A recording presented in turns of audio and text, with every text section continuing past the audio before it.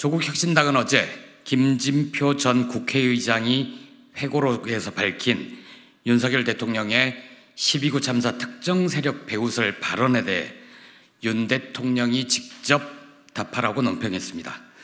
그런데 용산 대통령실은 김수경 대변인도 아닌 대변인실 명의로 6문장짜리 짧은 알려드립니다로 답변했습니다.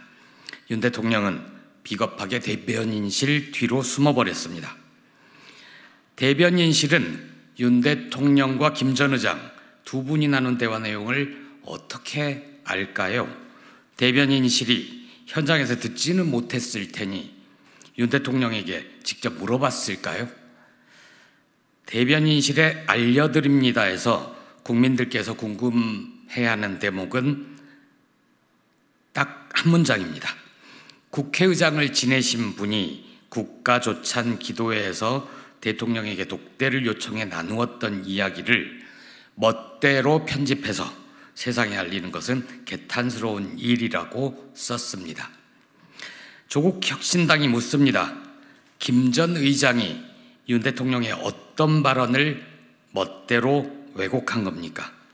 김 전 의장이 윤 대통령의 발언을 멋대로 왜곡했다면 윤 대통령의 어떤 발언을 왜곡했는지를 윤 대통령이 직접 밝히면 되는 것 아닙니까? 윤 대통령이 혹시라도 직접 나서기 민망하다면 대통령실이 물어 윤 대통령은 이렇게 말씀하셨는데 진위가 왜곡됐다는 설명 정도는 있어야 하는 것 아닙니까? 그게 상식이고 그게 국민에 대한 예의 아닙니까? MBC 오늘 보도를 보면 박홍근 더불어민주당 의원이 당시 김 전 의장이 말한 내용을 적은 메모가 있다고 소셜미디어를 통해 밝혔다고 합니다. 박 의원은 당시 원내 일당의 원내대표로 수시로 국회의장을 만나고 자주 통화했다. 대통령의 잘못된 인식을 드러낸 대화도 생생히 들어서 지금도 메모장에 그대로 남아있다고 적었습니다. 박 의원이 김 전 의장의 발언을 받아 적은 메모는 김 전 의장의 회고록 내용보다도 더 구체적이고 더 충격적입니다.